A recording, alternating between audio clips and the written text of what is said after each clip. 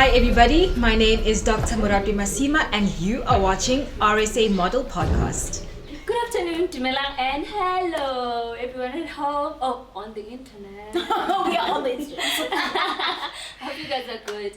My name is Leseho and I'm a pageant queen, retired though, and I'm from Tembisa. Today with my fellow co-hosts, we've got Big Shot. Before you tell them who we have, okay, guys, because we're gonna seem like, it's just the Sohan Gugu and then there's our guests, on another level. So, hello guys, I am Kukulis from Charlie, the dynamite from Sarja, and today on the RSA Models Awards, Sitting with the Stars podcast.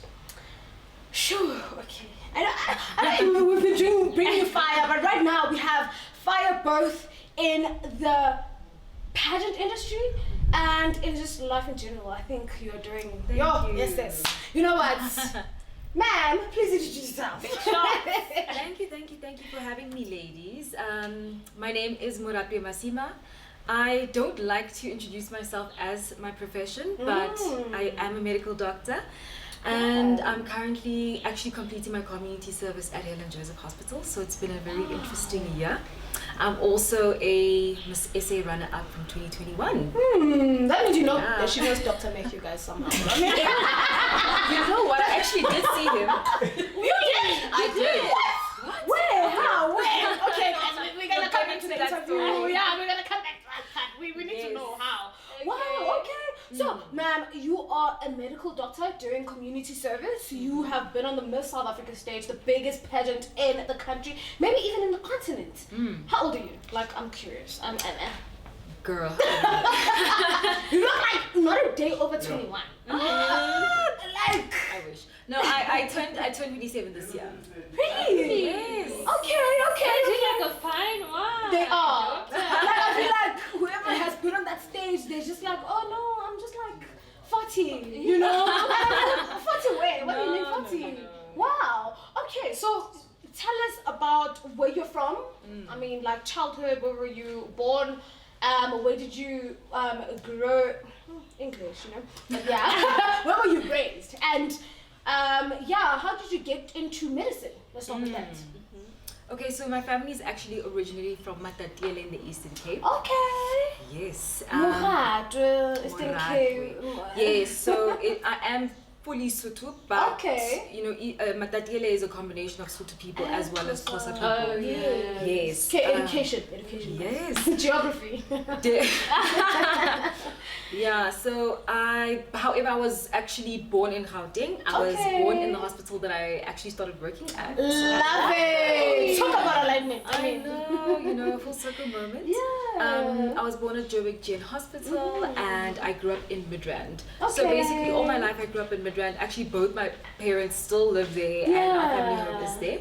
And how I became a doctor was honestly a very funny story. I just always knew that I wanted to really work in the communities, give back in some sort of capacity, but also use my talents, and I was really good at science. And I thought, what better way to incorporate the two than become a doctor? That's great. And I'm the first doctor in my family, so Wow. Talk about being the first in your family. A whole doctor, guys, not just a whole doctor. That's Thank great. So Dr. Moratwe, have you always been like a pageant girl, or no. Miss SA was your first, or you've had like the first before?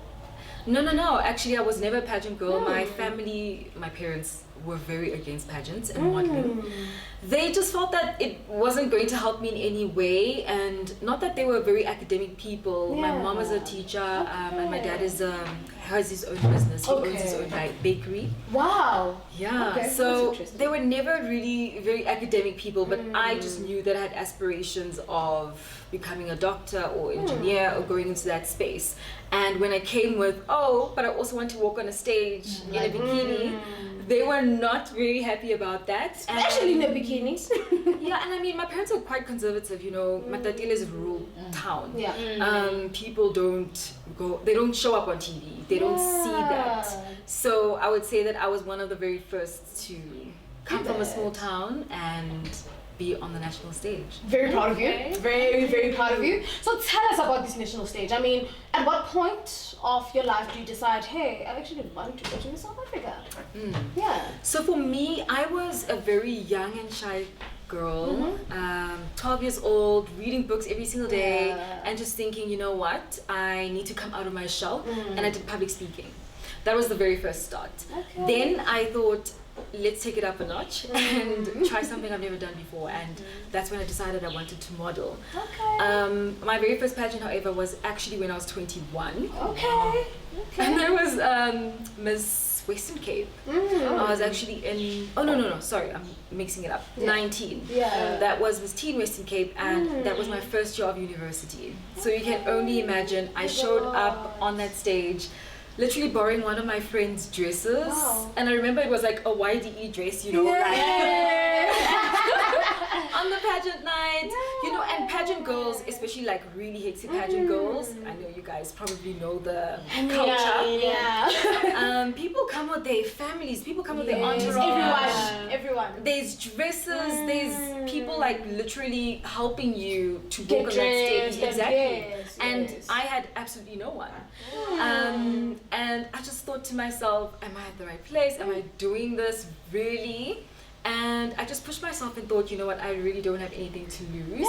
However, my university friends did come and support me that night, so that was really That's nice. beautiful. And yeah, I got first princess for that very first pageant. Wow. Okay, from the first one. Yeah, I had zero training. Like when I say I could not walk, I could not walk. No, yeah. Yeah. Do you think that your speaking skills are what helped you win the pageant? I mean, how did you win? It's your first time. So I would say, so we did have an interview process, but I don't think it was that intense. You know, they really looked at, you know, the charity aspect of things and what you were doing prior to that. And then yes, you know, the walking, the stage presence, all those things. But I don't know. I can't even tell you. To this day, she's like, I'm just gonna be like, well, it happened. It happened. And how do you go from that to Miss South Africa? So Miss South Africa was something I thought I wanted to do at some point. I just didn't know when and how. Mainly because I think with many young girls in South Africa, we look at Miss South Africa and think, how do I get there? These women are successful and philanthropic and beautiful, intelligent, all these things, and you don't see yourself in that space. Of course, yeah. And I had a really tough time thinking that I would somehow get there someday. But I thought that every single day I would work on small things that would allow me to get to that particular point. So I joined a modeling agency in Cape Town, and I did a couple of like adverts, shoots. I did Mr. Price, those sort of things, and I think that those things helped me get the confidence to, when you do finally get to the stage of being in a competition like Miss South Africa, you're not traumatized at a camera in front of you. Whereas a lot of people just don't, I guess, have that foresight. You really need to plan. Know why you're also going there, because I thought to myself, I want to represent the girls that feel like, I mean, we all know that Zosie did it, and like, she really stood up for the young black girl that was never seen.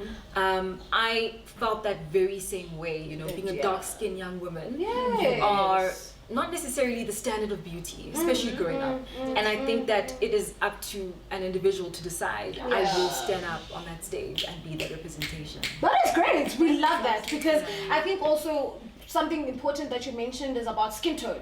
You know, I think and it's very funny, as a dark-skinned girl, you have to work harder. Yeah, you know, especially in this industry, especially okay.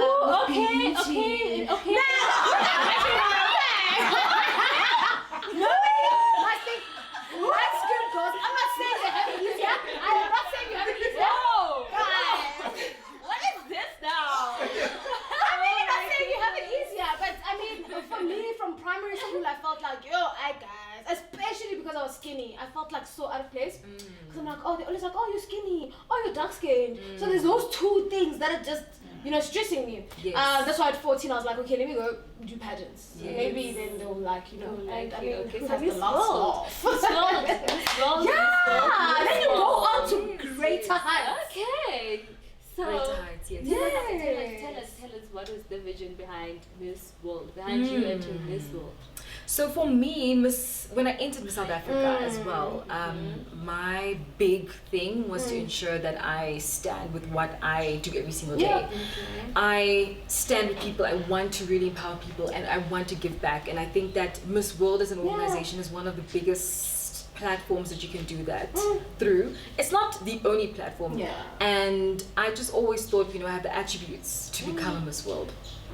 And so when I entered Miss South Africa, my whole goal was to actually go to Miss World. And with us, our top 3 or 2021 placement had a very difficult and odd year, mainly because of COVID, and then there was the whole Israel conflict, and the timelines just didn't make sense for us, and as a result, Zimi was the other runner-up, and I did not get a chance to go to international competition. So I honestly had moved on. Like, for me, doing Miss South Africa was something that I thought I'm going to do it once and do it. Yes. Like, wow. Yes, exactly. I didn't feel that a crown or the title was going to be something that really defines who I am. I know who I am, and I think that I don't need it necessarily to make the impact that I already do. But I knew that at the end of the day, if this was one of my biggest goals, if I let it slip, I would really regret it. I would look back and say, at like 40, I should have. I could, you never know. And as a result, I just thought, you know what, you never know. Just enter, we'll see what happens. And also, it being a very new organization, basically the top 12 were defining what the rest of the pageant will look like. And also, obviously, being very excited to work with a black woman who's the CEO, Carol Bauer. Was something very exciting, because you know how it is. She's also doing pageantry for the first time. She's actually never even, I think this year she was telling us that this was the first time that she watched a pageant. Wow. This year. Okay. She had never watched pageants before. She was not a pageant girl. In fact, she was someone that didn't believe in pageantry. So it was quite an interesting space to be in, speaking to someone that actually had that mindset and had a complete turnaround of thoughts. Wow, yes, that is great. I think that's the other thing that this is going to tell young girls out there that don't just dream within or as far as you can see, just go beyond to what you can't even see. As you're saying that Miss South Africa for you was enough, you didn't even think that you would, go all the way. Yes. So how does your life then change? I mean, from just, being, were you a medical student at the time? When you entered actually, South Africa? no, I was done. I was done, but it was like 3 months after I had finished and graduated. So I was a baby graduated. doctor. That's how I would. Yes. So you just graduated, and here you are entering this international competition. I'll just say international because who does not know this entering this competition. And how does your life change? Now you are within. Social media is there. People are following you. Everyone is looking at you. How does your life change? So that is actually something that people never prepare you for when you enter South Africa. I think that we all see the glitz and the glamour, and obviously we're excited for the young women that stand on that stage. But what comes with entering is something you can never prepare for mentally and emotionally. I think that in both good and bad ways. So obviously the good is that you have a huge community supporting you. I had so many people back home in Matatele literally lining up in ShopRite to buy the tickets and vote for me, and votes and everything. Exactly. They didn't even know how to use the internet or Instagram, but they had to figure it out. They downloaded it for the very first time just so that they could vote. Amazing. Exactly. So I think for me it really just showed just how much love there is when you do something great. People really do want to support you. People want to be there and show that we are proud of who you are, and you are the outcome of basically every single person from that interacted with you. Okay. That is interesting. So where to from now? Like, where is Moratwe going from now? Are we gonna see more of Moratwe on this industry or that? Oh my goodness, honestly, I had to really. I'm actually still sitting with that because I feel that pageantry has a space, right? Has a level that you reach, and at that point, if you feel like you can't really gain anything from it afterwards, then it's better for you to actually move on. Yeah, right. I agree. I definitely agree. Yes. I definitely agree because we have this thing where people are just collecting titles, Yes. but they're really not doing much, or they're not using it even for themselves. So I think but you won Miss South Africa at a very interesting time, as you said. With the whole thing happening, Israel, Palestine, and all of that. Yes. And it has been a very interesting question because I think you've seen it on social media. They've been like, Lalela shouldn't have went, and stuff like that. If it was you in that position, what do you do? I mean, you entered Miss South Africa because you see yourself on an international stage, which is Miss World and Miss Universe, or either or. What do you do then? You know, in that situation, what would you have done? They're like, no. You are not going there. I truly do not know. I had this conversation with my dad because he's very, I would say, very observant and extroverted, and he does not hold back his opinion. He's very pro-black, everything under the sun. No apartheid whatsoever. No, and he was the very first person to say he was not happy about the whole Israel thing, and he actually had said that he would have actually struggled if I had to go to Miss Universe. And with myself, I'm not going to lie, I have to admit that I was a bit ignorant during the time of what actually this all was about. Because I think, if things are happening over decades and everything, you really have to go back to the history books and understand what is happening so I can give my own opinion. So I didn't really, firstly, we actually couldn't say much, but also I didn't want to say anything because I wasn't knowledgeable enough. However, now I do feel like I'm a lot more knowledgeable. I don't know, it's a very, very difficult one. I think at one point you are fulfilling a dream. Yes. And you are going for something that you've always wanted. Once in a lifetime kind of dream. Yeah. Exactly. At the same time, you are also, I guess, being complicit in something that is against humanity.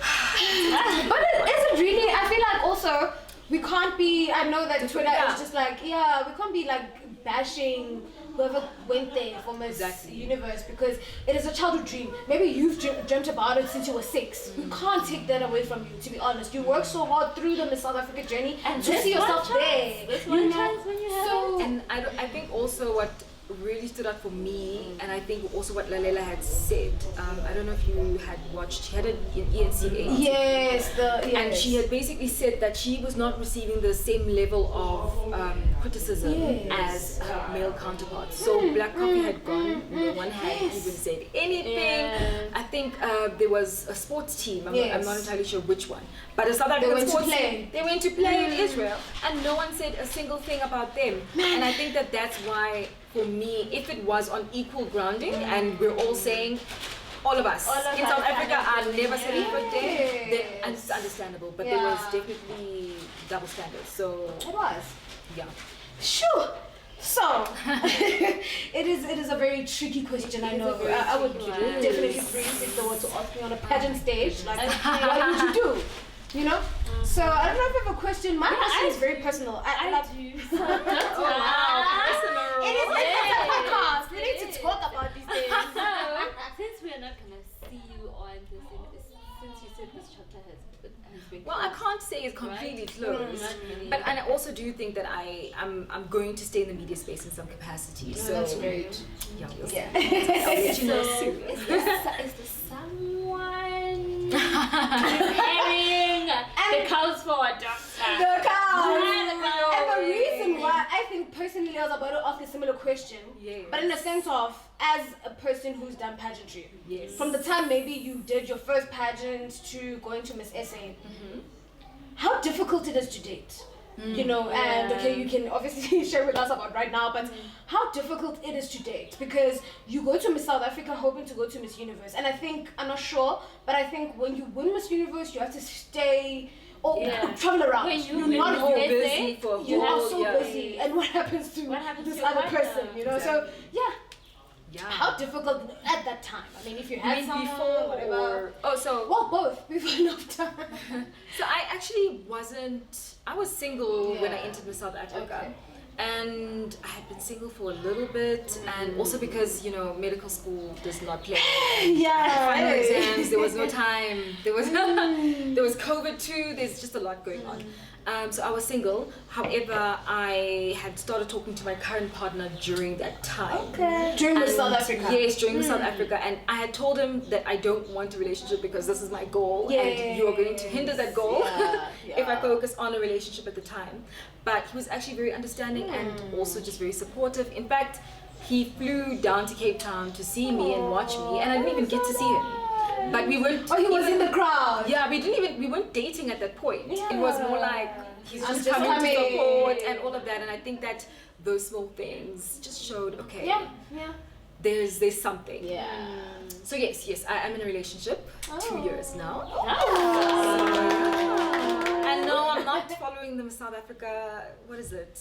That trend that they say all you need to do if you want to get married, just enter Miss South Africa. Isn't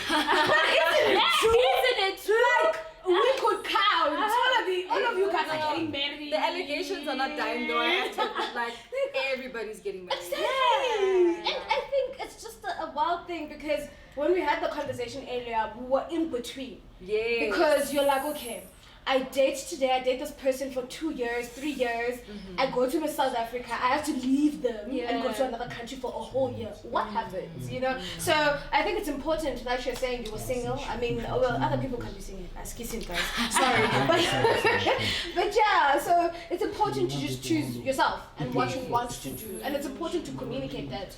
I love how you said I told this person that, hey, I'm not doing this. South Africa is so hectic. I don't think people actually understand the gravity of what you become and what you need to become. Hey, I've heard a lot of, we've had interviews with former finalists and all of that, and I think she's the only one that actually was in the top 3 that we've interviewed so far. Yeah. But they were all like, oh, you need to be mentally ready, emotionally. What does that mean? What does that mean? Because everybody's just saying emotionally, mentally. I'm just like, what does this mean? I thought that I just had to have a nice body and I wish. I thought. Yeah. So what is it? So I would say, have you guys watched Crown Chasers this year? Yeah. And it was, hey. And I didn't have Crown Chasers, but I watched Crown Chasers, and honestly, I feel like I would have struggled in that sort of format. Because as you saw, every single week, firstly there was elimination. Every single week you had to challenge yourself in some sort of way. And they don't just focus on, as you mentioned, a nice body. You can have a nice body, but what are you doing when you get into a room and can you speak to people? Can you speak to sponsors? Are you able to network? Do people remember you when you leave the room? Number 1. Number 2, when you go out into the communities and you interact with school children, are you scared or are you actually able to interact with them and speak to them on their level? Are you able, obviously, of course, the modeling aspect is always going to be there. Yes, obviously, modeling is a big part of Miss South Africa. Are you able to pose? Are you able to use what you have?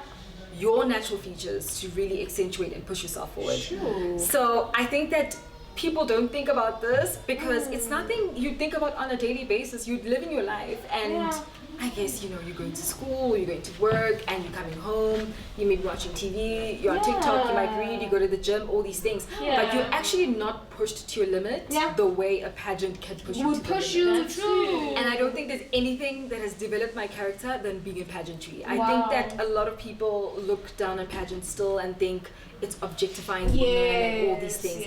But I do not believe that I would be the woman that I am today if I hadn't done pageantry. That's great. I really Okay, so we're about to wrap it up. There's a lot. What would you like to say to anyone, whether to your future self? I always say this, that this is the internet. This is going on YouTube. Guys, and the internet subscribe. never forgets. It never forgets. It might be 10 years down the line, and you have children, and they go on YouTube and they see you. They see this particular interview. What is that one thing that you would like to leave a mark with on the internet? The internet never forgets. It's just like that. So what is that one thing that you'd like to say? I mean, you can go on my YouTube channel and I am sitting there in my Duke. I am there studying, suffering through my medical school examinations. I show, I guess, the real raw things because I think that is what we're missing right now, especially in our youth. I mean, I'm gonna subscribe right now. I don't know my phone. Because we want to see. Just give me some time so I can actually. We want to see that. We're seeing the beautiful you, the finished product. We want to see right now. Yes. We want to see where you come from because I think some of us are still in that building phase. We want to see. It's okay to feel like, oh my God, school is killing me. Yes. So yeah.